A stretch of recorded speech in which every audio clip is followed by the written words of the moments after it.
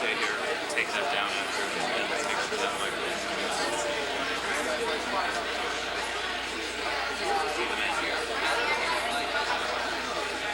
Yeah, right, that is PowerPoint how it moves over.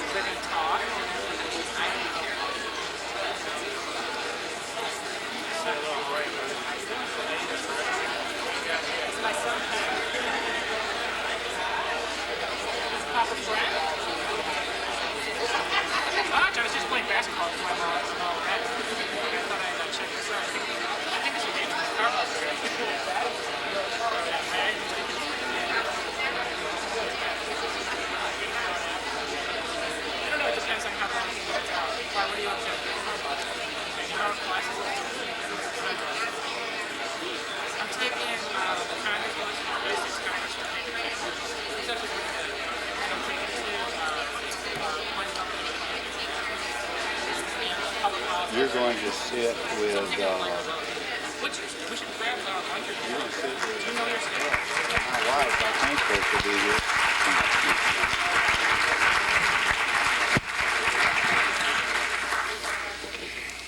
Well, first, ladies and gentlemen, the good news is it is Friday, so we all ought to be glad about that. We have a packed house, absolutely packed. This is wonderful. Good afternoon, ladies and gentlemen. If we could keep our noise down, this is a rambunctious group this afternoon to begin with.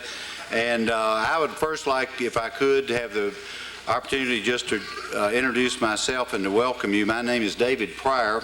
I'm the director of the Institute of Politics, and we welcome you to the Kennedy School of Government to our forum. Gathered in front of you this afternoon are some of the finest and wisest thinkers from the oldest, and I must say the most successful, you can tell I'm a Democrat, political party in the world. Great.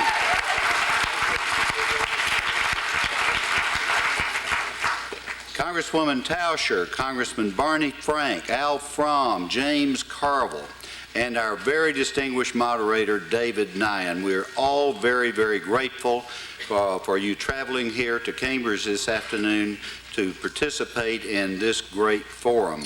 It is my great honor at this time to turn the podium over to our friend, Riley Mendoza, a sophomore at Harvard College, active in the Young Democrats. Riley is from the state of Virginia. She is from the town of Woodstock in the Shenandoah Valley in the Blue Ridge Mountains. Riley Mendoza.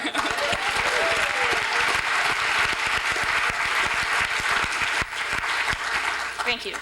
My name is Riley Mendoza, and on behalf of the College Democrats, the Kennedy School Democratic Caucus, and the Institute of Politics, it is my pleasure to welcome you to the forum tonight. Tonight's forum is special because we're hosting some of the finest minds in the Democratic Party, including 2 distinguished members of Congress, as well as a man who's been instrumental in changing the direction of the Democratic Party. Tonight is special for me also on a personal level.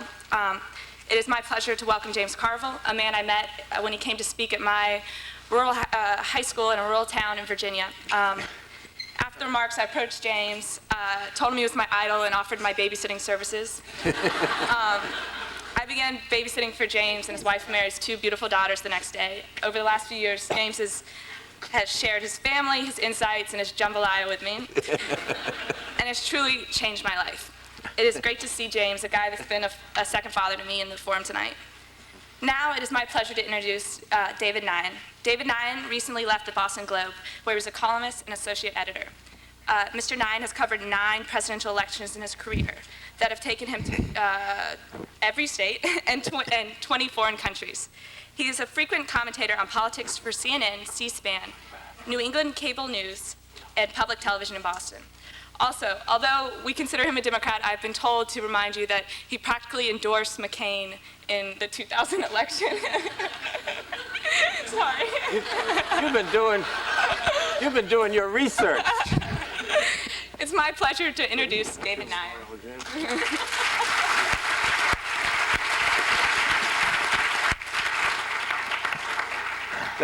Thanks very much. My role here tonight is going to be like the basketball coach who just rolls the ball out on the floor and lets these people play. I'm going to give you a brief summary of the state that the Democratic Party is in, talk a little bit about what happened in the election, then I'm going to introduce the panelists in turn, and I'll ask each panelist one question that I've written out.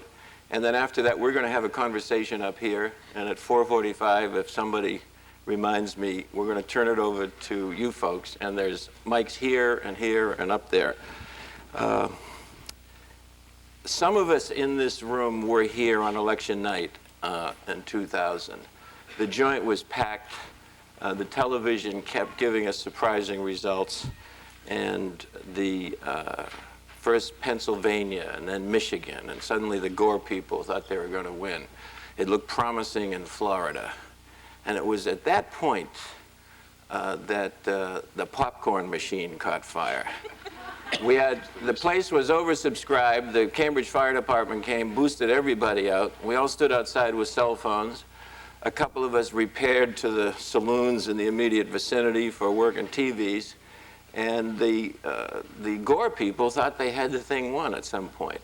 But then those normally dependable building blocks of Democratic coalitions, Tennessee went the other way, Arkansas went the other way, West Virginia went the wrong way. And it was, the most surprising thing perhaps was that the state of New Hampshire, where it all began, when John McCain, my man, I acknowledge it, defeated Bush by 19%. And Gore wound up losing New Hampshire by 7,200 votes. It was the only state north of Virginia or east of Ohio that Bush won. And a friend of mine, Tom Rath, who had started out with Lamar Alexander and went through several candidates, was with Bush then. Bush called him election night. The president, now president, called him election night and said, "Well, Tom, we finally won New Hampshire." And I know some friends in the Gore campaign that the White House offered to have Clinton do radio in New Hampshire on the final weekend. And Tom Rath told me he felt that if Clinton made any kind of a presence in New Hampshire in the final weekend, New Hampshire being where President Clinton had vowed to stay with the working class until the last dog died, Rath thought Clinton would have won New Hampshire. If he won New Hampshire, it didn't matter what happened in Florida. Now, Florida is an interesting case, and a lot of people who are in this room would have better jobs in Washington if it had gone the other way. And I just want to highlight the key roles played by 2 persons formerly associated with the Kennedy School of Government. The first is John Ellis, cousin to the president, and employed election night as the predictor of outcomes, the caller of states for the Fox network. It was John Ellis who prompted the Fox network to call the election for Bush at 2:15 in the morning. That triggered a chain reaction by the other networks, and from that moment, Bush had an advantage that he never relinquished.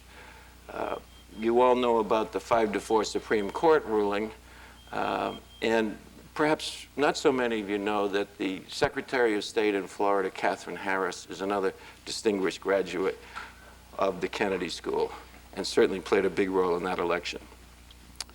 The folks we have up here are some of the most articulate voices in the Democratic Party. Starting from my far left, James Carville is one of America's most visible political operatives. He's managed Senate and gubernatorial campaigns. He was a huge factor in the Clinton victory in '92. James has written several books. A lot of you know that his wife is Mary Madeline. I did not know that James and Mary just opened a restaurant in Washington, D.C. I think that's probably wise, James. Politics comes and go, but people got to eat. I think James is also ready to announce here tonight his new line of sportswear. And he has just been named, along with his pal Paul Begala, as a co-host of CNN's Crossfire program. Barney Frank is a fellow who's been around Harvard since 1962, the year he graduated. He has been in Congress since 1980. He is a fierce and eloquent debater in the House. I think it's fair to say that he is the Democrat whose wit and command of facts and figures is most feared by the opposition. He became perhaps the most prominent defender of President Clinton in the House during the impeachment business. He is a senior member of the Financial Services and Judiciary, and he is a champion on many issues: immigration, housing, and gay rights. Ellen Tauscher. I just met Ellen for the first time today. She's a congresswoman from California. I looked over her biography and I said, Ellen, you're overqualified to serve in the House of Representatives. This is a woman who had a seat on the New York Stock Exchange at the age of 25. She spent 14 years on Wall Street. Ellen, how did you go wrong? She's only serving in her third term in the House, but she's on Armed Services, which is not a committee for nitwits, Transportation, and the Infrastructure Committee. She's been on the Democratic Task Force on Campaign Finance Reform and participated in the White House Conference on Social Security. She's vice chair of the Democratic Leadership Council, and prior to coming to Congress, she founded Child Care Registry, the first national research service to help parents verify the background of child care workers when she was having trouble finding quality, affordable child care for her daughter. So it strikes me that Ellen Tauscher is not somebody to mess with. Our last panelist, Al Frahm, was the man responsible for the founding of the Democratic Leadership Council. Al has been defining the center for the Democratic Party since the 1980s. The DLC played a huge role in the Clinton success and has served as a very influential counterweight to Republican policies in Congress. Al has been executive director of the House Democratic Caucus, was an advisor to Jimmy Carter, and directed the U.S. Senate Subcommittee on Intergovernmental Relations. Now, the first question I have tonight goes to James, if I can find it. And while I'm looking for that, I'm just going to tell you about the first time I saw James in action. He was sent up here by Bill Clinton to collect some money at a cocktail party after the Tsongas campaign expired. It was clear that in 1992 Clinton was going to be the nominee. The Massachusetts Democrats decided to reestablish contact with Governor Clinton. And Jack Connors, the advertising tycoon, held a cocktail party. James came up, dressed pretty much like he was dressed now, although he had a tweed jacket on. And it was a gathering of the heavy hitter financial contributors in Boston. And they all stood around, and you had a Ritz cracker, a piece of Velveeta, and a glass of wine, and you're left a check. And James came in, shook hands all around, didn't look too anxious or nervous about being there. And the first question came, well, how are you going to beat President Bush, who was then at, probably 85% approval rating after the Gulf War? And James said, we're going to tear his face off.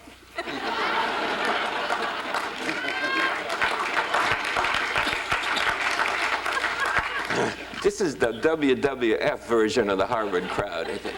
So people were a little taken aback, and I was standing between two women who are very large contributors to the Democrats nationally, and they just looked at me like, what is this? And James went on and gave what I would call the Lee Atwater approach to politics, and one woman turned to me at the end of his remarks, and I said, well, what did you think of Mr. Carville? And she said, David, the longer he talked, the louder I heard the theme music from the movie Deliverance. All right, I found the questions. James Carville, the president you helped elect, was vilified continuously for 8 years, investigated at every turn by his Republican enemies in Congress and by an increasingly hostile media corps. Whitewater, Filegate, Travelgate, never mind the Monica business. Enron now makes Whitewater trivial by comparison, but it makes few waves. Has the so-called politics of personal destruction run its course, or are the congressional Democrats and the media intimidated by President Bush's popularity? First of all, Joe Klein in Primary Colors described my character as someone who looked as though they were sired out of a love scene from Deliverance.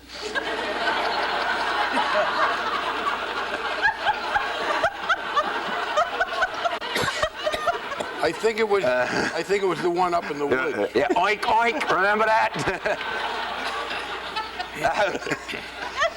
So, it also took me 10 years to get out of undergraduate school to LSU, so I tell people I'm not very good looking, but I sure am stupid. But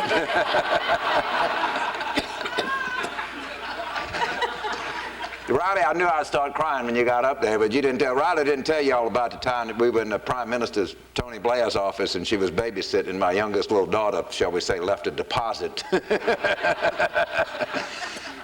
David, that's a good question. I mean, I knew I'd get around to it. I already forgot the question. By the independent counsel only, we know now, admits to spending $70 million investigating the president. And I think that the Enron story is a story that is going to be played out. Now, I want to say this. Yes, the Democrats, of course, are intimidated, but Democrats are intimidated by everything. They're scared of their own shadow. They're particularly intimidated by somebody saying something at a cocktail party on Saturday night and hearing about it in the caucus on Monday morning. But what the Republicans have done in this is brilliant. And you got to understand how brilliant it is, and they have now concocted, they have a story. In the story, they fill every element. They got a heroine, Miss Watkins. They got a dupe, Mr. Lay. They got the villains, Mr. Skilling and Mr. Fastow. And they have an accomplished Arthur Anderson. And that's all you need to know. It's very simple, tied up in a neat little package. Now, this morning in the paper, we find out that in the first 6 months of the Bush administration, that Enron spent $2.1 or $2 million on lobbying. Yet, they tell us they didn't get nothing. It was from the milk of human kindness that this money flowed. This is one coon ass don't buy that simple explanation. And what the Democrats need to say, just as bluntly as they can, it was the Republican Congress that caused Enron. I say that in all honesty. It was Arthur Levitt, Al Frahm, you know this, Monty, you know this. It was Mr. Levitt that gave a piece of legislation, said, you can't have the people do your auditing and do your consulting. They went bananas. Billy Tozan wrote 3 different letters. You thought that you were tearing down the entire New York Stock Exchange. Miss Brooksley Bond went before the House Banking Committee, said that they ought to disclose these derivatives. Jim Leach lectured her for 2 hours. You think any reporter went to find out how much money to the banking industry and the derivative industry went to the Republican Banking Committee? Hell no.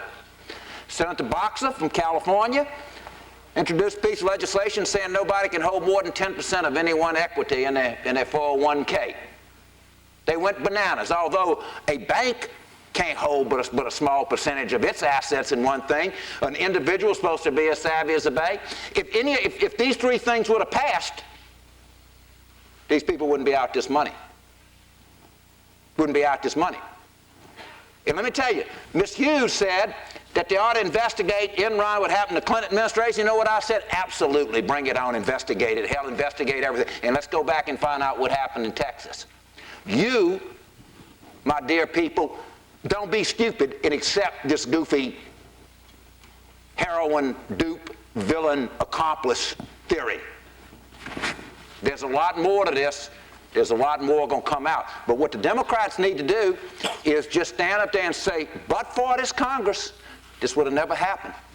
But for these campaign contributions flowing in here, this would have never happened.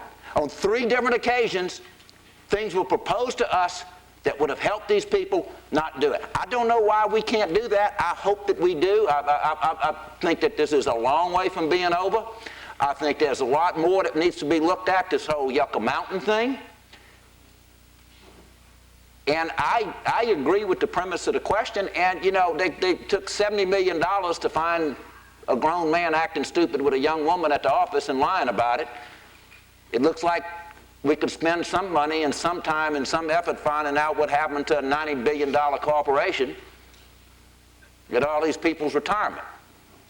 So I couldn't agree more, and I think that there's a lot more to be found out. I just hope that we go investigate everything. Let's look. I think we ought to look at what happened in the Clinton administration. I think we ought to go look at all these contributions. I think we've got to look at why these people are spending this much money. And I think Democrats ought to ask Democratic members of Congress, when are you going to when are we going to get off the dime on this thing and find out? This is not about getting even. This is not about trying to undo an election. This is about a tremendous wrong that was done, people, that we need to know the answers to this. So I agree with the premise of the question. Thank you, James.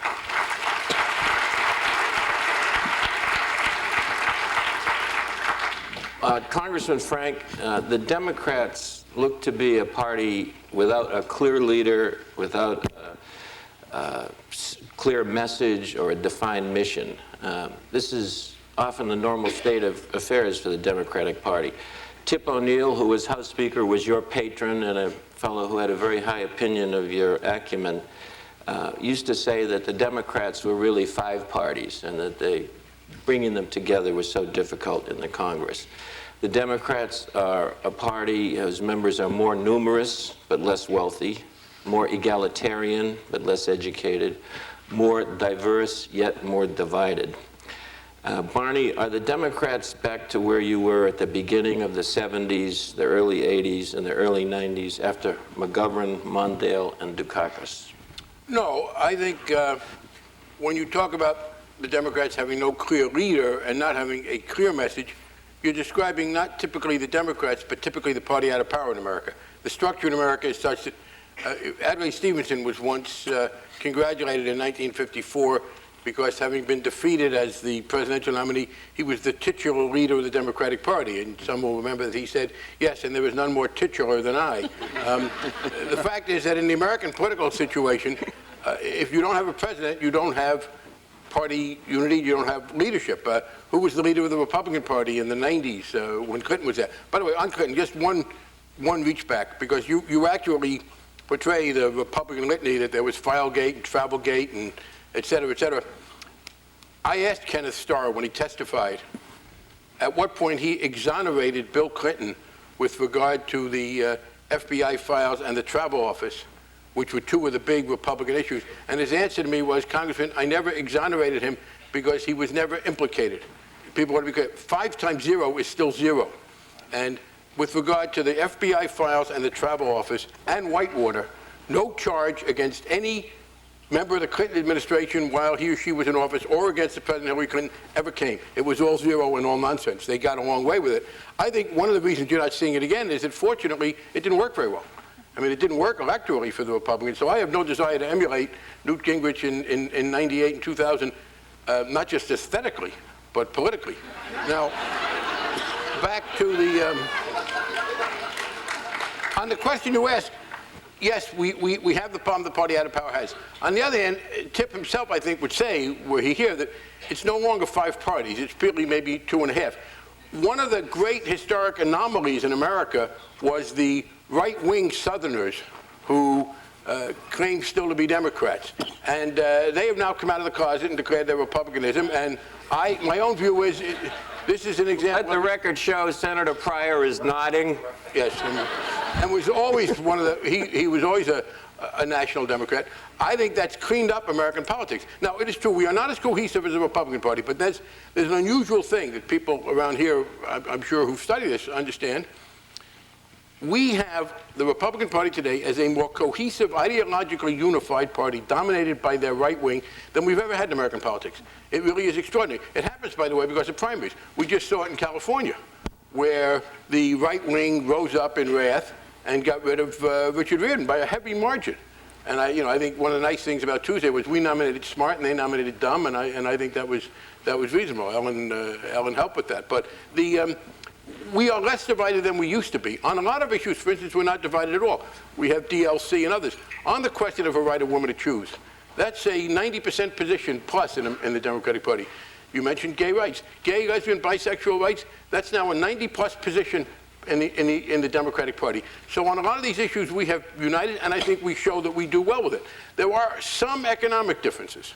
There's a greater unity than difference. People still believe in a constructive role for the government, unlike the Republicans.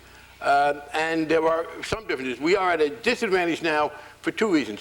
One is the president's great popularity, no question. But secondly, it's partly the fault of the media. I am constantly stopped by people who say to me, how come the Democrats aren't saying this or that? And I say, yeah, funny, I said this or that yesterday. Right. But I didn't call anybody names, and I didn't suggest that someone could be indicted, so it didn't get in the paper. I mean, part of the problem is the media doesn't carry this, and in particular, there's one problem. What we have in America today is a failure to understand the positive value of political parties. Partisan, I wish somebody would do a content analysis. Partisan is almost always used as if it was a bad word. Well, there has never been a democracy in the history of the world at any scope where political parties weren't an essential part of the process. Political parties are a necessity. You have this aided by Ralph Nader's gross stupidity about there's no difference between the parties. They said the other day, anybody thinks there's no difference between the parties? Look at the two whips in the House of Representatives, Nancy Pelosi and Tom DeLay. And then tell me there's no difference. And frankly, when you look at Nancy Pelosi and Tom DeLay, even I will subscribe to a sentiment I don't always subscribe to. Vive la différence. But part of the problem is that the media has decided we have major debates about taxation level, about health care, and they tend to be dismissed as there's a new one word on the word processor, partisan bickering. It's partisan bickering. And so I agree, we have the problem of being out of power. We're not as unified as the Republican Party. We are more unified as Democrats than we have been maybe since Woodrow Wilson, literally, when some of the socialists weren't divisive. But we are hindered partly by the president's great popularity and partly by the media. One last thing I will concede, there is one incoherence that does affect some of my Democratic colleagues. Our position does not make ultimate sense unless you're prepared to undo part of that tax cut. And I do not understand why some Democrats don't take the position, even those who voted for it. People voted for a very large tax cut before September 11th. Since September 11th, there has been virtual unanimity in the country on spending literally hundreds of billions of dollars more over the next couple of years than we planned. It would seem to me even those who didn't want to be accused of being inconsistent could say, okay, fine, but for the people making more than $300,000 a year and the people who have leaving estates of over $100 million, we're going to undo that part of the tax cut because we now have to pay for airport security and public health emergencies, et cetera, et cetera. So I think we have a very good position vis-a-vis the president because they are underfunding wildly popular programs. But there is this reluctance on the part of some of the Democrats to dot the I and cross the T about suspending part of the tax cut, and that does make us somewhat incoherent, I concede. Thank you. Before I move on to Ellen, I want the record to show that the fellow who did the advertising for the Nader for President campaign is my friend and colleague, Bill Hillsman, sitting over here doing a slow burn. Hello, Bill. And the other thing I want to mention is that for those who are watching elsewhere or listening or streaming or whatever they're doing, on Monday in the same forum, the Republicans will have their own chance to go at this subject with David Gergen as the moderator. You have to be named David to get a job around here, I think. Ellen, your expertise is financial. You come from a financial background. Even though you're a relatively junior member, they put you in key positions. I have a feeling not just because you're very bright, but because California is so important to the Democratic Party. The Congress is very narrowly divided. We've had a recession that seemed to have had no political impact. Alan Greenspan just declared it's over. It struck me, I wondered if this recession could be like the Afghan War. We thought it was over real quick, that there were very few casualties, and then all of a sudden it flares up again. Why, Congresswoman, why has your party been unable to make headway against the Republicans on economic issues? Well, I think that part of the answer is what Barney was talking about. I think that we have taken very strong positions about the values that we all share as Democrats. And I think that we have a very unified caucus on the House side. We are narrowly in the majority on the Senate side. The House rules are very different. Most of you know that we are virtually anonymous when it comes to doing anything on the House side. Last year, when the tax cut was being debated, I tried to get a trigger inserted into the tax cut, which is effectively a set of breaks that says that if we are raiding Social Security or Medicare, or if we're overspending as a government, or if we are not really working to make sure that we're being fiscally responsible, that the next phase of the tax cut wouldn't go through if we didn't meet those metrics. If we had no surpluses and effectively were raiding Social Security to pay for the tax cut, we put the brakes on. It wouldn't roll back the tax cuts, it wouldn't raise taxes, but it effectively would say that our values are not to be digging a hole for the next generation.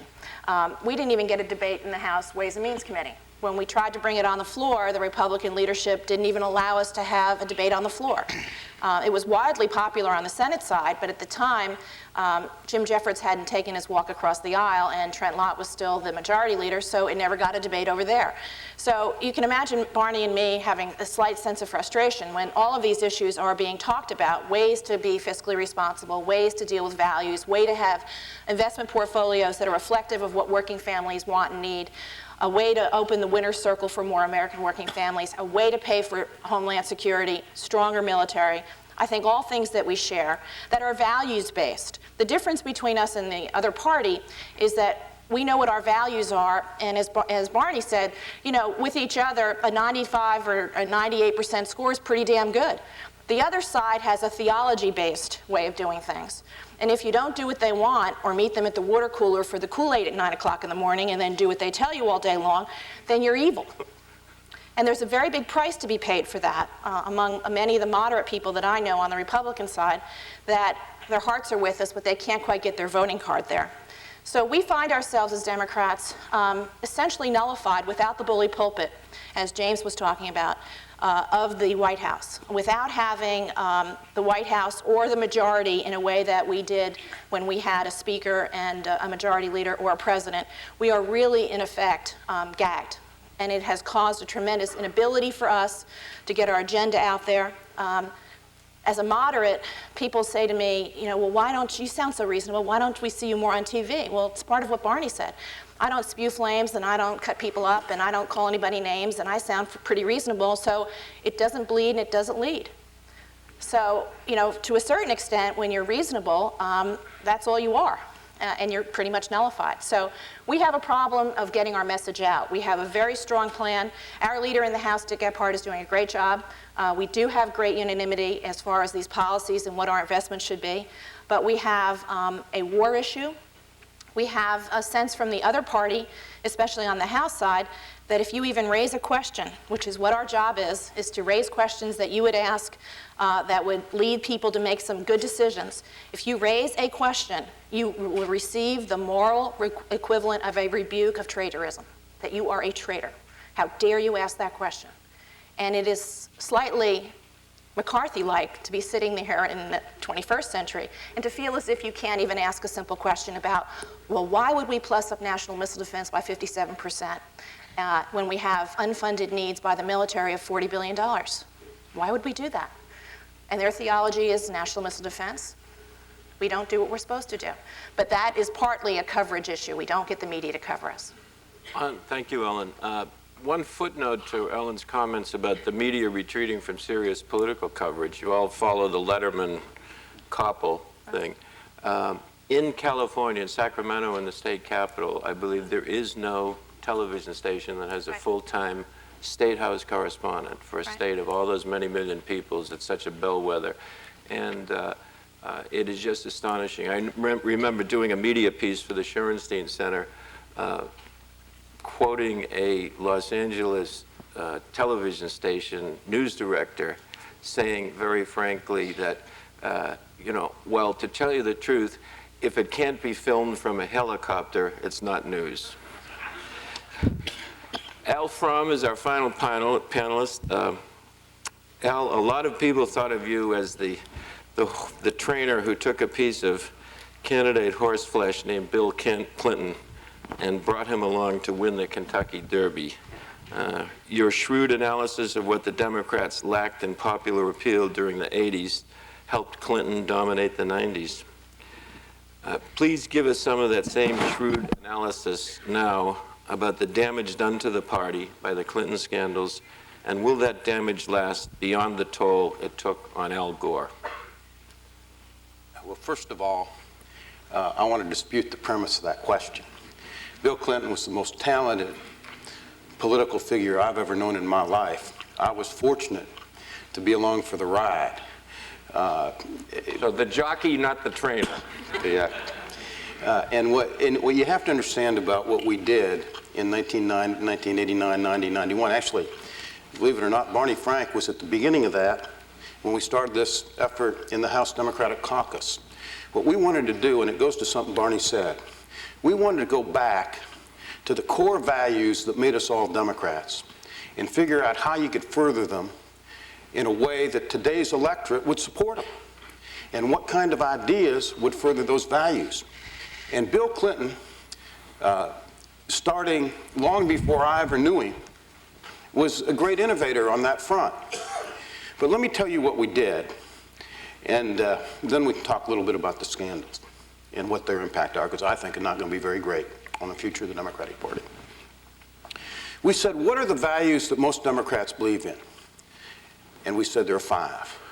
First, Andrew Jackson's credo of equal opportunity for all, special privilege for none. And our innovation, and Clinton's innovation, was that the way to further that value in the 1990s and the 21st century was with policies that led to private sector economic growth. That's why we had fiscal discipline. That's why we fought for trade agreements. That's why we wanted investment in people and technology. And I think the record speaks for itself. Secondly, we said that as Democrats, we had to have policies that reflected values people believe in, and those were work, family, responsibility, faith, freedom, tolerance, inclusion. And what Barney said about the social issues is exactly right. You won't find any difference between Barney and me on any of those issues. But we also had problems. People looked at the Democratic Party and said, you want to take money from people who work and give it to people who don't work, and we work too damn hard. And we don't like that. And so what we did, and remember this is something that the press doesn't like to cover, but in 1993, in that Clinton budget that was so tough to pass, we passed the biggest anti-poverty program in the history of the country called the Earned Income Tax Credit. We said we're going to make work more valuable than welfare, and then we replaced welfare with a work system. We didn't do what Gingrich and his boys wanted to do, which was just to end welfare and punish people on welfare. We replaced it with the work system. Again, I think the record speaks for itself. Third, we said, what is the ethic, the public ethic of the Democratic Party? And we said that is Kennedy's ethic of civic responsibility, the idea that we don't just take from the country or the government, we have an obligation to give something back to the Commonwealth. And our idea was AmeriCorps, developed at the DLC, the National Service Plan. Clinton put it in. It was the first major initiative we passed in 1993. And now George Bush has all of a sudden embraced it with help from your man, John McCain. And that's probably the reason he did. He probably didn't do it because Clinton did it. He probably did it because McCain did it. Fourth, we believed that we had to reconnect the Democratic Party with its internationalist tradition. I personally don't believe that the country will elect a protectionist president. And so that's why we fought so hard for trade agreements, because in this world where I can sit in the office next door, click a mouse and buy anything anywhere in the world and have it delivered to my doorstep, if you're going to be a party of opportunity, you got to be a party of internationalism and of trade. And finally, we wanted to reconnect with Roosevelt's true legacy, which is innovation. What Barney Frank said is exactly right. We believe in activist government, but it doesn't mean it has to be old-fashioned and bureaucratic and not work anymore. That's why we fought hard for ideas like the Vice President's Reinventing Government program, but charter schools, community policing, a whole set of ideas that gave people the tools with which to solve problems in their own communities. That's a coherent democratic agenda. That's what we fought for. That's why we could bring people from all parts of our party together, because we were fighting for the same thing. Now, we may have a little difference on some of the details, but we were fighting for the same thing. Now, will the scandals hurt? First of all, I think the benefits of the Clinton-Gore record far overwhelmed any damage the scandals did to Al Gore. I don't think Al Gore lost because of Bill Clinton.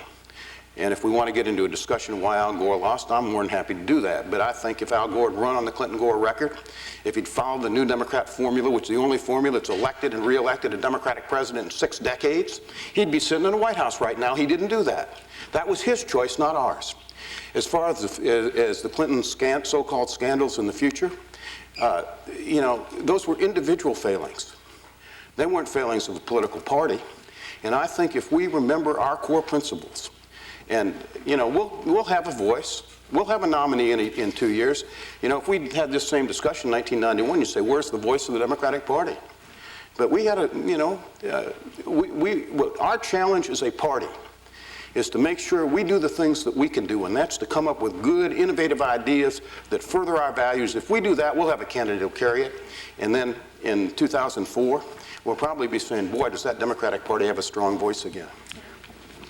I want to go down the panel again for give each panelist basically 1 minute, and then we're going to turn to your questions, to either respond to a point that had been made, or if you have no response that you care to make, to hazard a guess as to the outcome of the fall election on the House and the Senate, starting with James.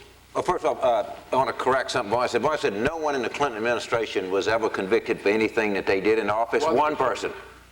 The chief of staff of the Department of Agriculture was convicted of something to do with football tickets. Right. In the Reagan administration, 30 people were convicted for things that they did while in office. Now, you don't know that because we don't tell people and the press doesn't tell anybody, but just when we want to talk about, now it's very important we talk about ethics here. And I couldn't agree with your point more. Congressman Tauscher, you asked a question about the recession. We were told when there was a recession, it was Clinton's fault there was a recession. Then we were told it was the mildest recession in history. I was wondering if it was Clinton's fault it was the mildest recession in history. And now the Secretary of Treasury informs us that there was no recession. So is it Clinton's fault that there was no recession?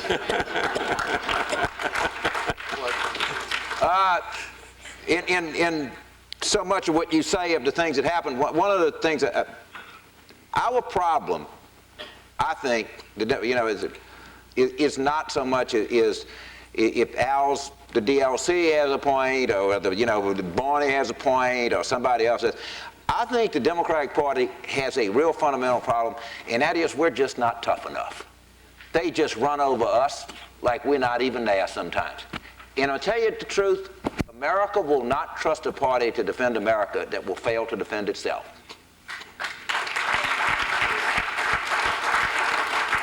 And it is a cultural thing. In so much of the whining and gnashing, and you know, I'm close on this. The number of children that were lifted out of poverty during the Clinton boom was something like 15 times as much as the children lifted out of poverty in the Reagan boom. And then we got these people, these columnists in the Washington Post talking about, oh, how Clinton disappointed me. Oh, God, oh, shut up. Shut up. You can disappoint me all you want. You get 15 million, 8 million, 7 million kids out of poverty, that's fine. It's about his earned income tax credit. You're talking about the people that make up the beds, clean up the rooms, people that work in the hospitals, and work on the, that's the people that's the people that benefited enormously doing this. We got to tell people that. We have to tell people that. We have to tell people when they stand up and talk about the Clinton scandals, what the hell are you talking about? One secretary, one chief of staff for the Secretary of Agriculture and some damn football tickets, and there were 30 in the Reagan administration. We have to, and you know what? When you do that and people see that, they say, you know what? Because they think we culturally weak, they think we're just inherently weak people, and you know why? Because sometimes we are. And they tried to overturn an election, and you know, we said no, I ain't gonna do it. And yet we had a little name calling there. We got on TV. We called some people some names. And they were, oh, my God, you can't say that.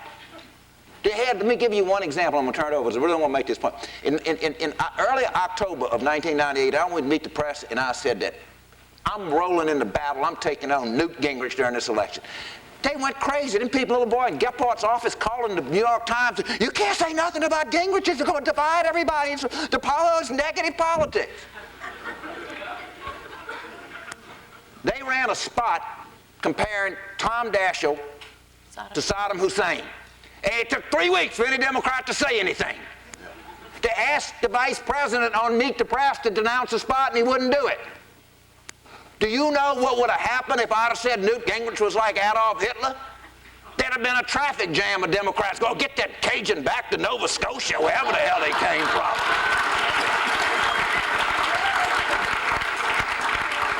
I'm telling you, the party has we got a record, we got the ideas, we got the accomplishments, we just don't have the backbone.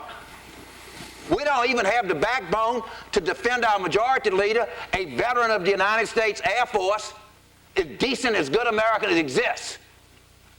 That's all, this party doesn't, we got Al's group, and we got this group, we got ideas out of wazoo, we got talent out, we got investment bankers and people, we are oozing with talent.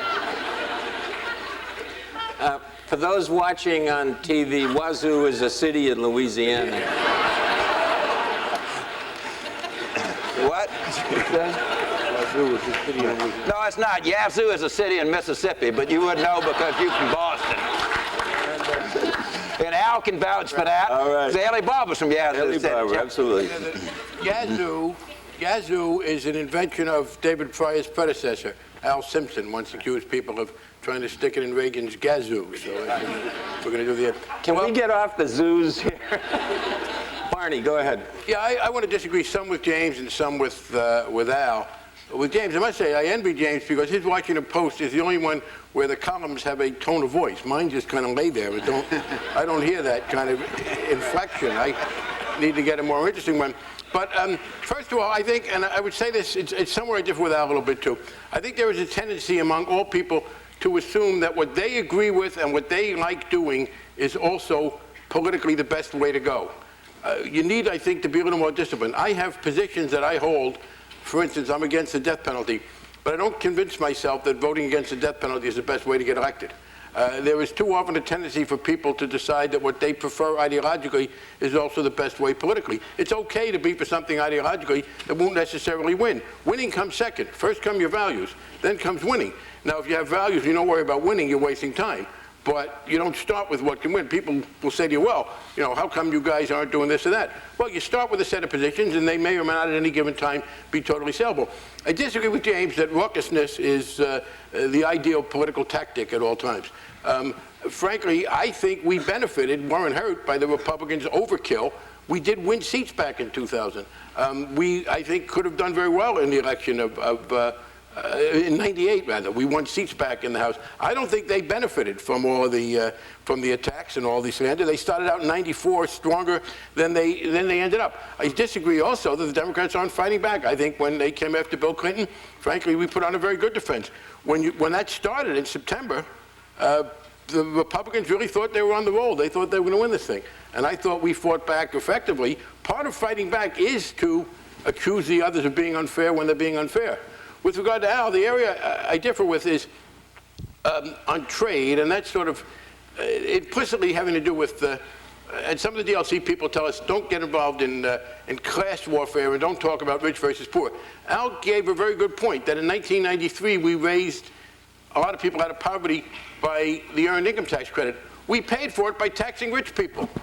We paid for it in 1993. One of the most successful economic policies in the country was, in 1993, we did the most redistributionist tax plan that has been done in America in a very long time. We taxed wealthy people, and we took the money and gave it, by and large, either to poor people or for debt relief.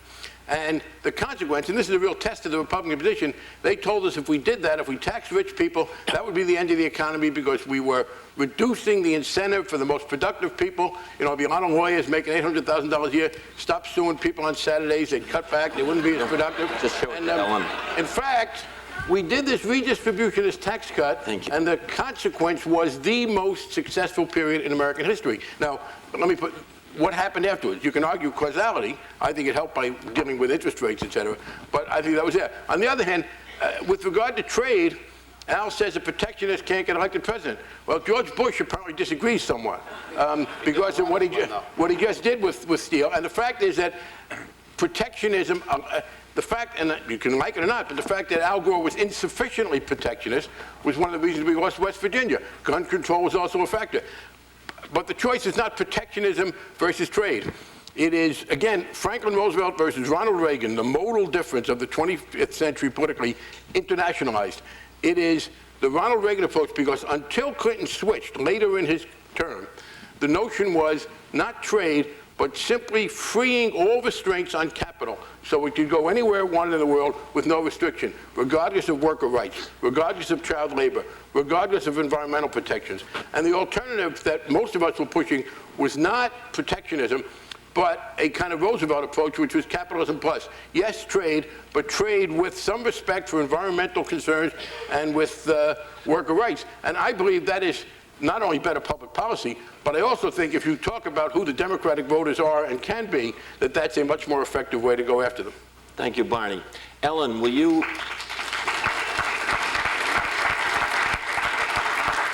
This is obviously not the steel workers over on this side. Okay. Ellen, will you address the question of the off-year elections? Who do you think wins the House and the Senate? This is an enormously important election. 2002 elections are, I think, effectively looked at by the Republicans as a ratification of what they didn't get, which was the popular vote in 2000. And it is the complete setup for the 2004 elections. I think that the Republican leadership believed that in reapportionment, which is effectively about 65% finished by now, that they were going to take a 6-seat majority in the House, where we have taken seats back consistently since 1994 when we lost the House, that they were going to put us in about a 20-seat hole. They were going to try to widen their margin through manipulations of the reapportionment process because they control, 35 states with governors and Republican legislatures, and they were going to do that. In states like California, where the 2000 election had 32 Democrats and 20 Republicans and 1 new seat, status quo. They have effectively not been able to produce the hole that they were looking to put us in. And it's going to be very difficult for them to have us in a 20-seat hole. We could be in a 10 or 11-seat hole, but I don't think we're going to be in a bigger hole than that, which puts us at a disadvantage. The biggest thing that puts us in a disadvantage is for the same reason I believe why the state legislatures didn't widely gyrate and create a bunch of seats for themselves. It's because the American people are still evenly divided. What happened in the 2000 election, what happened in the 98 election, and the 96 election, we haven't had any wild gyrations for a reason. The American people, for some reason, have decided that this is what they want. I believe that in order to protect themselves from what we've now seen in the Bush administration, since they wasn't meant to be president, is that they need a real check on them. And that means they need a House dominated by Democrats in the majority, and they need a Senate with a real majority. In the Senate, where we have a 1-seat majority, that is up to the actuarial tables every day. God bless everyone. The problem that we have is that there are only 5 or 6 seats that are really going to be in play, and 3 of those are Democratic seats. The most targeted person on the planet is Tim Johnson, Tom Daschle's partner in South Dakota. This is a way to kill Tom Daschle, who I think is a great man. And so they're going after Tim Johnson, and They've got a very popular statewide elected. They have an at-large member of the House running who has his pictures all over the place, the Republican House member that's running against Tim Johnson with Tom Daschle. So this is a kind of confusing thing on the ground in South Dakota where they're trying to kill Tom Daschle nationally by the Republicans. So I think that we are going to have a tough time. We only have about 25 competitive seats in the House for lots of reasons, mostly due to reapportionment. It's coming very late. It's hard. I was co-chair of the DCCC in the 98 cycle, going in the 2000 cycle, going into 2000 election. At this time in 2000, we had pedigreed candidates, statewide electeds, state senators that owned most of the congressional district. We had people reporting for the March reporting period to the FEC, hundreds of thousands of dollars. We had real polling, we had real issues, we had all the things you needed, and we picked up one seat. So, and we spent $100 million. So it's going to be very, very difficult to do, but let me just tell you, Dick Gephardt, Nita Lowy, who's chair of the DCCC, we're all committed to doing it. We have to find where our breaks are. Could it be about the war, perhaps? Could it be about the budget? Could it be about raiding Social Security? We're going to have to figure it out. But it's, once again, very difficult for us to get the bully pulpit and get our message across because the media has essentially nullified our opportunities. One of the people who will undoubtedly help the Democrats figure it out is Al Frahm. We're going to give him the final word from the panel. And then if folks would line up at the mics, we'll try and get at as many short questions and short answers in as possible. Al. You know, in the 1990s, we made a lot of progress in the Democratic Party, at least as a national party. Barney said something at the beginning which is really important to understand. In many ways, part of the 1994 Republican landslide was a truth in packaging election. Because there were, and I, you know, what were 45, 50 seats, 52 seats in the House that were mostly in the South that had been going Republican for 25 or 30 years, and for a variety of reasons, finally became vulnerable in 92 and 94. And the Republicans won them, and so now the member of Congress more reflects in party the district. We had held them because of incumbency. And so where are we? We're at a place of historic parity in American politics. You know, it's been, since the 1880s, this is the first time since the 1880s we've had 3 straight presidential elections where nobody's reached a majority. And the last 3 congressional elections, when you take the vote for the House cumulatively, it's been 49-49, 48-49, 49-49. We're tied. The presidential election was a tie. You know, Senate was 50-50. I mean, we're at parity. Now, what I think we did as a national party was we moved from a 43% party, where we were really since 68 through 92, to a 49% party. And the question is, what is the formula that takes you over the top? And, you know, Barney and I may differ a little bit on the particulars, even though I called for the repeal of the parts of the tax cut back. I wrote my column in July. It was published on September 10th, so it got a lot of attention.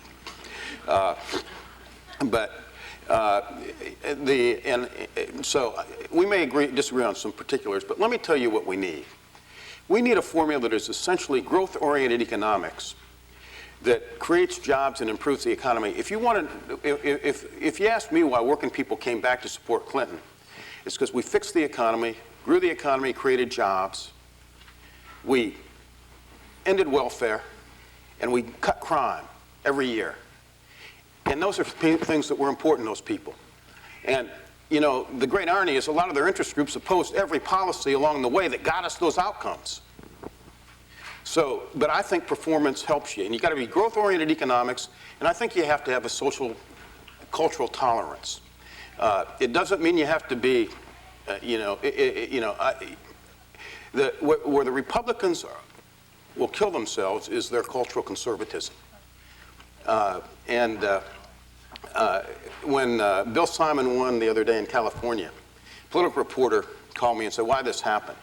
And I said, well, look back to a survey we did, Mark Penn did for us in 1998, and we asked Republicans whether they wanted solutions that came from moderate Republicans or conservative Republicans. We asked Democrats the same thing. Democrats were basically said, we want moderate, sort of centrist answers. Some want a little more liberal on some issues, a little more conservative on others, but basically in the middle. Republicans overwhelmingly, by 2 to 1, wanted conservative solutions on the key issues. And what that means is that they will have this problem going forward.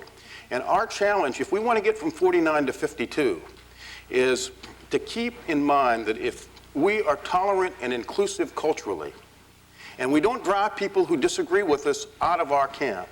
And Barney Frank, when I was working in the House caucus, was the leader on that, on issues like opening school buildings to religious groups. If we don't drive people out on cultural issues, and we have a growth-oriented economics, and we'll fight about the details, but with a goal of a growth-oriented economics that improves the incomes and lot of our people, we can be a majority party again.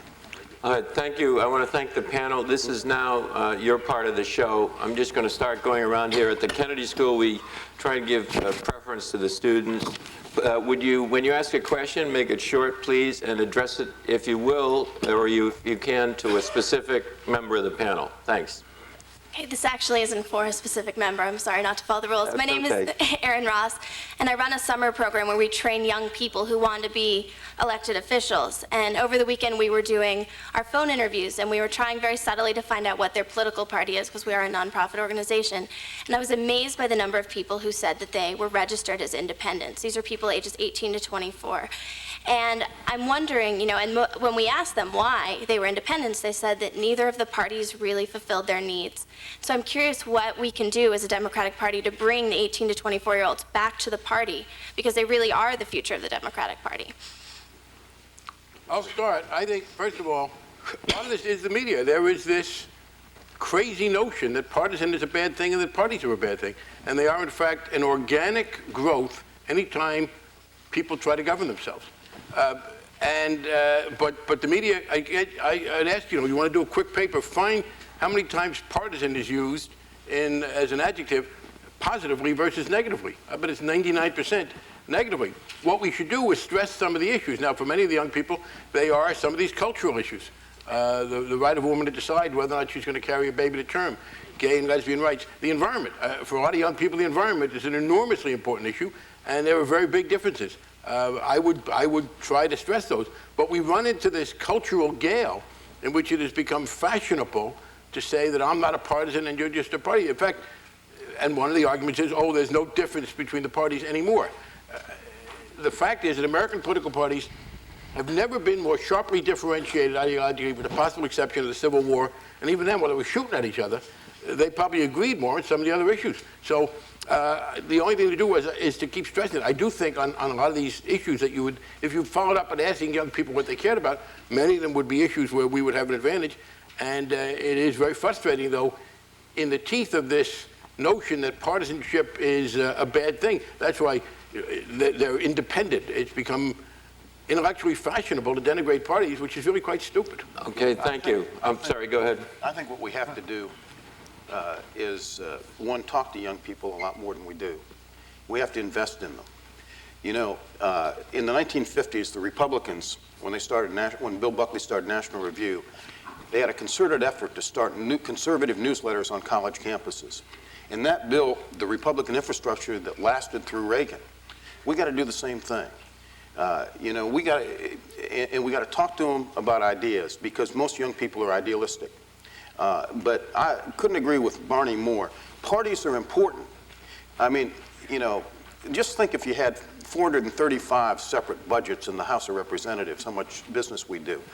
Parties organize the debate. Parties, you know, part of why I started the DLC was because I believe that in the information age, you had to have parties build around ideas and principles. And I think the best thing we can do to get young people interested in the Democratic Party is talk to them and engage them in the discussion. We're hearing from I want to make a point on the question of trade and protectionism in West Virginia. I would point out if Gore would have been protectionist, we'd have lost Oregon, Washington, and California, which is hardly good enough to trade for West Virginia. But but I want to talk about protectionism, James. I think you and I don't think... You know what? Everybody, we can rehash this. And I agree with both of you that the 93 tax bills was the single most effective piece of economic legislation in the last 50 years. But at any rate, the problem here is with these young people, to go back to your question, is these young people have been told a lie. And Congressman Prank's exactly right. You know, the biggest lie told in modern American politics was not when Reagan said we could cut taxes and increase spending and balance the budget. The biggest lie told in history of modern American politics is not when George Bush Sr. said, "Read my lips."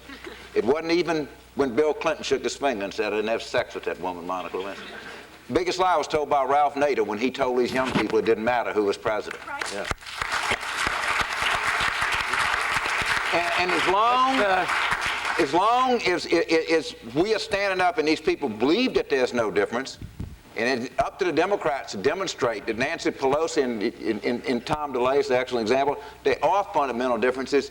And my point to the Democratic Party is we should not be afraid to articulate these differences and show where they are. And I bet you if those young people knew the differences and believed that they were, a lot more of them would be Democrats than be with Let's hear for some more young people. Short questions, please, and short answers, please.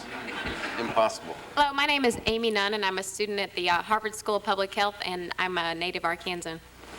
I'm interested in hearing perspectives about the prescription drug benefit for the elderly. Should we do it, and if so, how should we finance it? We don't have any money left. Well, the problem is the tax cut. I'll tell you. Nice short answer. It's an enormously popular program. It's a great defining difference between Democrats and Republicans because it is a clear case where the market does not work, cannot work, where there has to be government, where there has to be some active and energetic effort. And George Bush promised it when he ran, but now as a result of his tax cut, proposes that it cut off at $13,000 a year for individuals. And the way we ought to finance it, I think, is very simple. We ought to undo much of the estate tax total repeal, because we are going to repeal we have voted to repeal the estate tax entirely so that Bill Gates, when he dies, there won't be a penny of estate tax paid, and then we can't help people with prescription drugs. So when you talk about the estate tax, they say, well, it's the elderly people you're trying to help. The question is, we're going to help old people. If you do the prescription drug versus estate tax, the question is, are you going to help people who are sick and middle class or rich and dead? And thank you. Look, we ought to do it. We ought to do a prescription drug benefit. It ought to be part of a reform of Medicare and expansion of health opportunities for health care for everybody, and we ought to finance it by dealing with those out years of the tax cut. That's right. absolutely. Up in the balcony, please. My name is Brian Whelan. I'm a first-year student at the business school from Chicago, Illinois. First of all, in the spirit of feedback, I just wanted to say that for me, as somebody who's sympathetic to the Democrats, I find it disturbing to have 3 of our 4 leaders claim that one of the problems in the party is not having access to the media and the media not covering Democratic issues. I think that's a surefire way to put the Republicans in office in November and again in 2004. I don't think it's credible. But the question I actually have for the panel is the role of the Democratic Party as the defender of civil rights and civil liberties. I'm curious what your view is and what you think the view of the party should be on statistically driven profiling with respect to home security. Are you asking me, should they, if I go through an airport, and should they have a profile of what a likely terrorist would be? Yeah, I think they ought to. Yeah. I'm sorry. You'd be on it. Yeah, I'd be on it. That was, you know. I told somebody the only time in American history where it's really paid to be a black male is go on through, man, you know. Let me But yeah, you got to use some. I mean, I think I'm a decent civil libertarian, but you got to use common sense. I mean, there's an old lady going through, and there's somebody that, you know, I mean, come on. You can't be ridiculous. Let me respond to these. First of all, I did notice, I have to respond to your comment about the press. You didn't say it wasn't true. And by the way, we weren't saying that they don't cover Democratic issues. No. We're saying they don't cover issues at all. It's not that they have a Republican bias. It's that they have an unseriousness, and that is, I think, a serious problem for They have democracy. a helicopter bias. And I mean, your objection to saying it, if you think it's untrue, that's one thing. But your objection is saying it if it's true. we're not using that to not try. As to profiling, I think the issue is this. It partly depends on what the negative consequences of being profiled are. If, in fact, you're a black person driving your car and you were pulled over at night by a cop, that is frightening and disruptive and wrong because it is very much a problem. If it is that you are more likely to be frisked on an airplane line, I don't think that's a serious problem. For one thing, when they frisk some people, they're inconveniencing all of us. The plane doesn't take off until everybody gets on. Having the pilot say, you're an Arab, I got a right to kick you off, that's wrong. But if you are talking about a little more surveillance, I don't mind that. The problem, of course, is from the law enforcement standpoint, as we make the profiles clear, terrorists are unfortunately not stupid. And they will then, of course, begin to take people who don't meet the profile. But for me, the key is, I think law enforcement ought to use those kind of instincts. But the question is, how adverse are the consequences? And if they're not really adverse, I don't mind extra scrutiny. Yeah, I mean, let me just ask the group. We'll have our little profiling test here. You're doing airport security at Logan, and two people come through, Al and James. How many, be honest now, how many are going to profile James? Raise your hand. How many are going to profile Al? You should profile it. There you go. That's why Barney's a liberal. Hello, my name is Roger Hofstetter, and I'm from Georgia. My question is, it seems to me that Democrats have a hard time getting credit for anything. Al Gore's reinventing government effort made the government as small as it's been in, 20 years or something like that? And anytime you talk to, a Republican, they'll say, well, Reagan's the reason for the 90s boom. And I'm just curious about, is there a fundamental thing here? Is it that the Republican issues really hit at people's guts and that their gut reaction is, oh, that makes sense? Or is it just that we aren't making good common sense arguments, like about the war, saying things like, we all support the president's war on terror. Some of us just think we should pay for it. Look, I think the problem is you got to talk about it. Right. I traveled with Joe Lieberman in the campaign for most of it, and he did a pretty good job talking about the Clinton-Gore record. Problem is, we were in Bangor, Maine, and Gore was on national television never talking about the Clinton-Gore record. Right. Al Gore, when he was in the debates, when he was asked about the size of government, didn't mention that he did reinventing government. I mean, if you don't talk about it, how do you expect people? I couldn't agree more. And your point is exactly right. Unless you stand up and take credit, unless somebody sits here and tells you when they hit you on the ethics, you go back and you do the 30-to-1. Unless you talk about the children out of poverty, unless you talk, you're right. In my problem, I think Al Gore is a fine American. I think he was an honest man. I think he's a decent family man. I think he's all those things. But goddamn, man, take credit for something. What do you don't have to take the blame for the sex, but take credit for the jobs. Take credit for what you did. Until we stand up, they blame Clinton for anything. Yeah, they blame him for a recession that didn't happen. You think it bothers them? Our problem isn't that we don't get credit. I mean, think about it. We have an evenly divided government in the House and the Senate. We're evenly divided. Our problem is we're not a majority party. We're almost there, but we're not quite there. So what do we have to do to knit together a coalition of people? And getting back to the young lady that first asked about, getting people to be members of party. I won 3 times in a district that was 41% Democratic, 42% Republican. They spent $6 million against me to try to kill me in the last 3 elections. They've gone away now, but the truth of the matter is I had to get elected by having good Democrats, good moderate Republicans, and declined states and independents vote for me. And we have to knit together coalitions until we're able to grow good Democrats again, because we haven't had the seed corn in 25 years to grow Democrats. This is the seed corn. Let's hear from them. Here's our seed corn. But we have to grow them.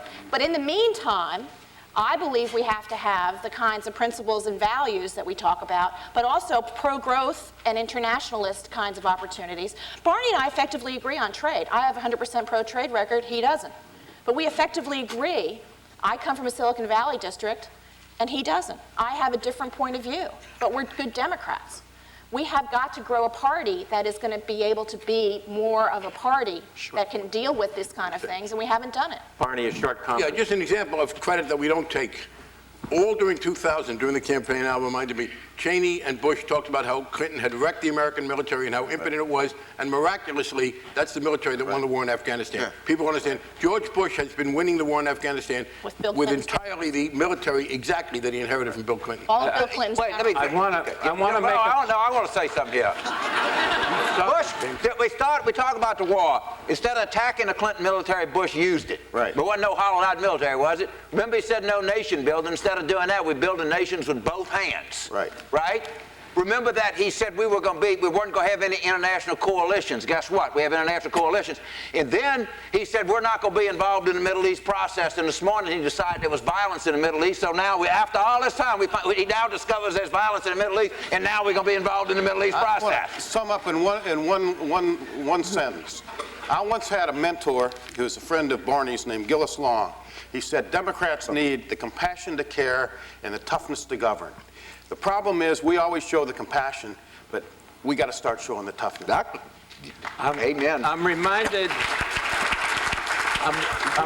by the fervent defense of their party by our distinguished guest that a pal of the Clintons told me that the new Joe Klein book recounting Clinton's triumphs should have been titled Clinton from the Waist Up.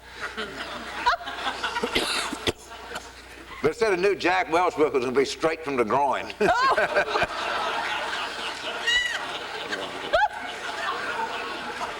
Quick, say something before James jumps in again, please. My name is Jason. I'm a sophomore at the college. And since Kennedy, we haven't had a Democratic president who's not from the South. I like Southerners just as much as the next guy, but of course. But it depends on which next guy. But what is it about the Democratic Party that we can't elect a president who's not from the South, or at least haven't been able to do so in the last 40 years? Why would we want one? Go ahead. I think it's not just Democrats. We haven't had a president that hasn't been from the South or the West. We haven't. Since Kennedy. The Democrats did have this perception problem that Al talked about. We were perceived, I think we were perceived as being further left than we were. And I argued for trying to change that, to say work is better than welfare, and that people who commit crimes are bad people, no matter how bad their childhood was. Try and improve people's childhood in the future, but lock up the guy who hit the other guy. We had that problem. Southerners were perceived in the American culture, and it's Al's point about culture, as being less prone to that. A Southern accent made you harder to demonize. They demonized Mike Dukakis and turned him into somebody more liberal than Michael Dukakis ever has been, was, or is.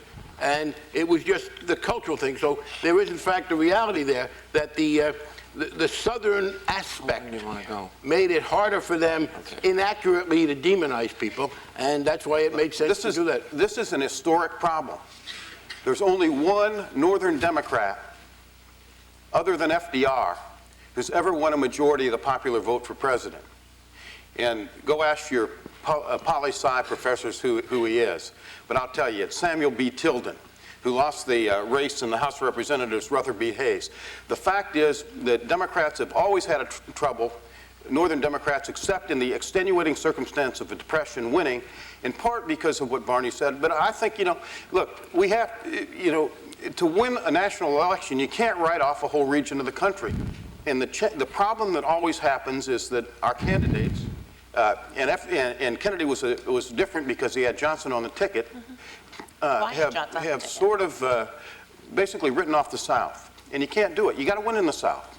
And I also happen to believe that the same sort of moderate cultural values and economic policies that will allow you to win enough moderates in the South to add to the black vote to win in those southern states also helps us in a lot of the working class areas in the Midwest. And let's forget, by the way, let's be a little more explicit when you talk about cultural values.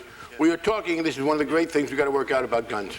One of the problems the Democrats have is the perception that we are anti-gun, and not simply that we are anti-gun, but that we think people who like to do target shooting are bad. Gay rights and abortion are no longer serious problems to us. In fact, very interesting. Senator Kennedy just had a hearing on the gay rights bill, and the opponents stayed away. They don't want to. But gun control, dealing with guns, and the cultural perception around that is the single biggest issue we have left to work out. And that's one of the things we're looking at hard. I mean, there were gun control referenda that won in Colorado and Oregon, which are anti-gun control states.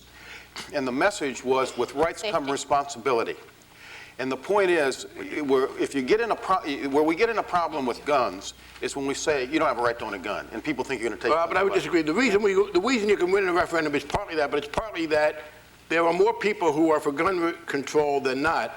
But the only people for whom it is so important that it determines which candidate they're going to vote for tend to be the gun owners.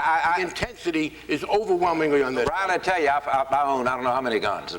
Phil Graham once said, "I've got all the guns I need, I just don't have all the guns I want." Excuse me. You're not gonna. If you go out in the Shenandoah Valley of Virginia and you run for gun control, it's just cultural. Everybody's gonna be. It doesn't. And the benefit. And Barney's come. Look, if you ask me, do I think there's a Second Amendment right for me to own? No, there's not a Second Amendment right for me to own a bazooka, and nobody's ever taken the court. But that's really not the argument. Is it a political downer for the party? Yes, it is. It will preclude you from ever having a chance. The way you talk about it matters. Right, it does. The way you talk about it matters. If you look at the 2000 election and the 96 election, among people who were against gun control, Clinton ran 12 points better than Gore, and they ran, in fact, Gore ran better against Clinton. Leave out one thing. Okay, let me just interrupt. A better candidate than Bob Dole. No question. Let me just interrupt. In the balcony, please, a question. Yeah, I'm not so happy and jubilant as everyone is here, because the title of this is The Future of the Democratic Party. Race didn't get brought up until it became a joke that everyone laughed at. So I'm here to figure out what is the future of the Democratic Party, and if it's not to talk about race, then what is it? Because I think it's important. I mean, we look at the panel here. Any questions? So just let me know what you think about that. I'd be glad to. I think we are probably guilty of taking for granted and didn't list all the differences. But one of the big differences between the two parties has been on race. One of the very courageous things Bill Clinton did, for which he got insufficient credit, was to stand by affirmative action when the Republicans were trying to repeal it. There was part of the contract with America was, in fact, to repeal affirmative action. And they made a major legislative effort to do that. And it was defeated because Clinton rallied. And on virtually every issue that is important to the continuing need to overcome race as a problem in America, there's a party difference. I think the Democrats, and that's why virtually all of the African-American elected officials in the country are Democrats. It is why, in fact, the single greatest increase in power for African-Americans in America will come if the Democrats take the House back. That's right. And Charlie Rangel becomes the chairman of the Ways and Means Committee. John Conyers becomes chairman of the Judiciary Committee. And I will agree, we were guilty of taking it for granted, but it is very much a big part of the Democratic Party's agenda and of the differences between us. I think Clinton administration is wonderful. If you look at its appointments, if you look at its policies, if you look at where they were directed and everything else, I think the Clinton administration had a superb record, not a perfect record. And I think that when African Americans look at the two parties, on Election Day, they correctly perceive that while the Democratic Party may not be perfect, it has represented their interests in modern Let's talk about the future, though. Well, you're giving me the past. I can give you the past. The future will be Charlie Rangel is chairman of the Ways and Means Committee, John Conyers is chairman of the Judiciary Committee, and others, because what's happened is, and this was not historically the case, but African Americans having first been discriminated against by everybody in American politics, are now at the point where they're in leadership positions in the Democratic Party proportional to their strength among Democrats in the electorate, and you saw that under the Clinton administration, and you'll see it even more if we take over the House. Let me give you a brief comment in response. Okay. Oh, give me a comment. Yeah. I thought you were getting... What I'm seeing it as I'm is... just the moderator here. I don't have any opinions. I understand. Go ahead. I'm seeing it as when I'm looking at the representation of people of color that actually have power in the Democratic Party, I'm not really seeing it out there. I'm not seeing the numbers in the Senate. I'm not seeing the numbers represented up here. I understand the policies that have been put forward, but I want to know what the duty of the Democratic Party is now to get more people of color into the light, so that we have young people of color that actually get interested in politics. Well, 37, 38 members in the Black Caucus. Yeah, I mean, if you think this position, being on this panel, is a position of power, I don't. The fact is, People are that in the listening United to you, States, though. in the United States House of Representatives, if you watch it and work there, African Americans are a major factor. As I said, they will have tremendous leadership positions, and as they should be. It's proportional in a way that it wasn't previously in American politics, because people had previously been reduced. The Senate, yeah, it's tough because people.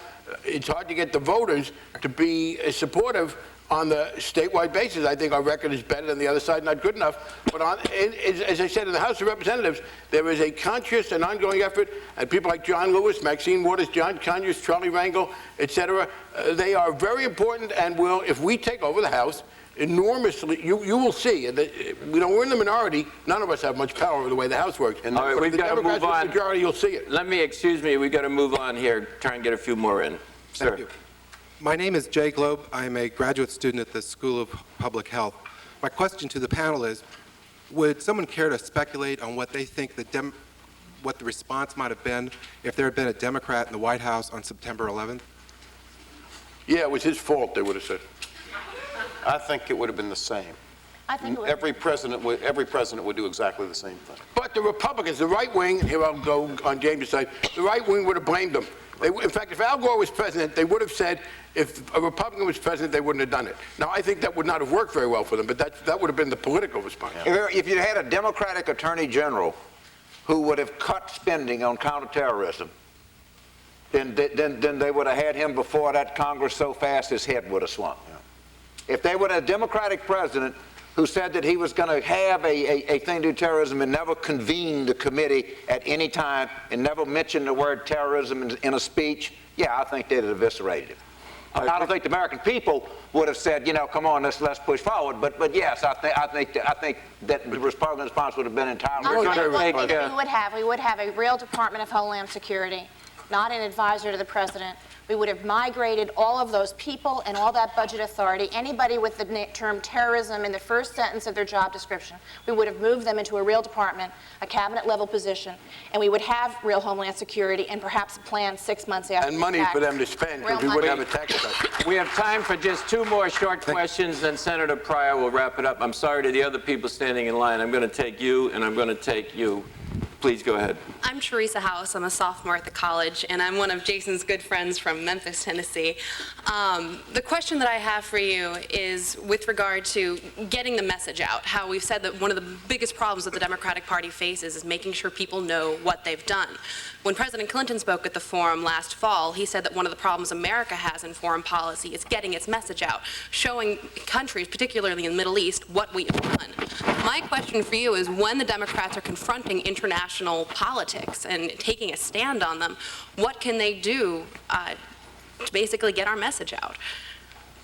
Well, I think many of us take trips on the Armed Services Committee. I was in Afghanistan and Pakistan in January on one of the first trips to go in, and we met with Karzai Musharraf, Tom Daschle, 4 senators, and me. We had very strong discussions. We came back and helped to make sure that the Tokyo meeting was going to produce $4.5 billion of international aid for them. We made sure that they had money in the short term. A lot of these are, this is the ultimate relationship business. A lot of it is going out and talking. The conundrum is that a lot of Americans think that people that go to Congress don't take their medication on time, but their member of Congress is terrific. It's the same thing for schools. Schools generally are not good except for their public school. There's a tendency to privatize what is yours and then make generalizations about things you don't know and frankly don't care about. Individual Democrats are getting messages out all across the country. That's why we've taken seats back. That's why we're in the majority in the Senate. That's why we will take the presidency in '04. It's just that we don't have a national bully pulpit with one person speaking for us. The final question of the afternoon is from Mean Joe Green, a freshman at Harvard College from Santa Monica, California, and he gets the last question because he did a favor for me yesterday and I promised him. Joe, make it short. All right, my question regards the California gubernatorial election and I guess The kind of obvious parallels between Simon and Reagan, and it was the mayor of San Francisco. She saw the email I sent you. Reagan in the primaries defeated George Christopher, a popular moderate mayor, and then went on to defeat a very popular sitting Democratic governor who had kind of helped Reagan. Same thing with Gray Davis. Does Simon have a chance, and what are the kind of the consequences of this, as every president since Kennedy who was elected has come from either California or the South? Well, I knew Bill Simon's father, and Junior is no Bill Simon, and he's no Ronald Reagan. Right. But he is not a flaming kind of very much conservative kind of guy. He's started the campaign as the nominee kind of quietly. But this is a state where you cannot be elected if you are not pro-choice, if you don't have a strong environmental record, if you're not for working families, and if you are for a lot more regulation and not for deregulation. So I think that to a certain extent, Mr. Simon is what he is, but what our governor did with $12 million was to pick his general election opponent for the right reasons. And he has all the information and all the polling to prove that he can beat Bill Simon, and he will. Al Frahm will have the final comment from the panel. You never know how an election's going to turn out. Simon may have a James Carville who can turn him into a real candidate, but I suspect that Simon is like, I mean, you know, we're a long way from Ronald Reagan running against Pat Brown. Right. And California's a lot different state. And, you know, and Gray Davis fits California. And he ran against the candidate last time who's much like Simon in his position. And Dan Lundgren, the Attorney General. I believe that Gray Davis will win, that the Republicans did what they often do in primaries, which is pick the most ideological, pure, but least electable candidate. On behalf of the panel, I want to thank you for your attention and interest. And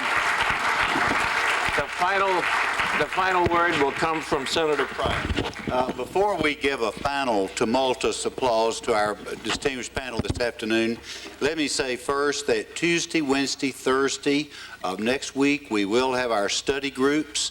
You don't have to study to come to a study group. You don't have to know anything to come to a study group. But our very distinguished fellows that we have will be hosting those study groups next week, Tuesday, Wednesday, Thursday, beginning at 4 o'clock. Next, Barbara Boxer, Senator from the state of California, will be here at 10 o'clock, right around the corner, Monday morning for coffee and a session with Barbara Boxer, a discussion with Barbara Boxer. She is a dynamo. She's dynamite. And so we invite you there, right around the corner in the conference room, 10 a.m. Monday. 3 p.m. If you have a ticket, Hillary Rodham Clinton will be in Sanders Theater. Wish we could have had it in the Forum, but we couldn't arrange it. At 6 o'clock Monday, gosh, I don't know how we're going to put all this together. At 6 o'clock Monday, we will have, I promise you, another panel. It will be the future of the Republican Party, and I promise you it will be more sedate than this particular group. But ladies and gentlemen, let's give a great round of applause to our great. Thank you, David. Thank you. I think that worked out well. It was great, Al. Thank you for coming. Thank you for coming, Al. It's meant a lot. Did you run that? Oh, great. Can you still do it?